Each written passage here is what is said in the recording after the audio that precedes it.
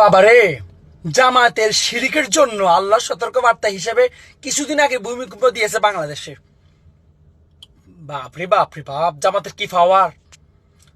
হাসিনা ক্ষমতা থাকতে জামাতের ধাক্কার লগে, জামাত শিবিরের ধাক্কার লগে রানা প্লাজা ধ্বংস হয়ে গেছে গা, এত বড় বিল্ডিং ধ্বংস হয়ে গেছে। এখন জামাতের এত পাওয়ার, বাংলাদেশটারে কাঁপাই দিছে এই ভূমিকম্প দিয়ে।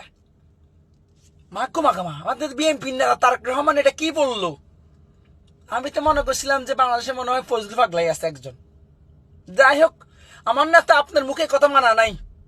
যত কথাই বলেন, আপনি একজন দলের প্রধান হিসেবে এসব আবেগী কথা মানা নাই। আপনি কথা বলবেন একদম, যে কথা বলার কোনো গুরুত্ব থাকে, যে কথা বললে সম্মান থাকে, সে কথা বলবেন। এটা কোনো কথা বললেন? জমা শিরিক করে না, আপনার দলের লোকেরা শিরিক করে, মাইয়ালের ডান্স লুঙ্গি ডান্স করে, আর জামা শিবিরে কোনায় লুঙ্গি ডান্স করে।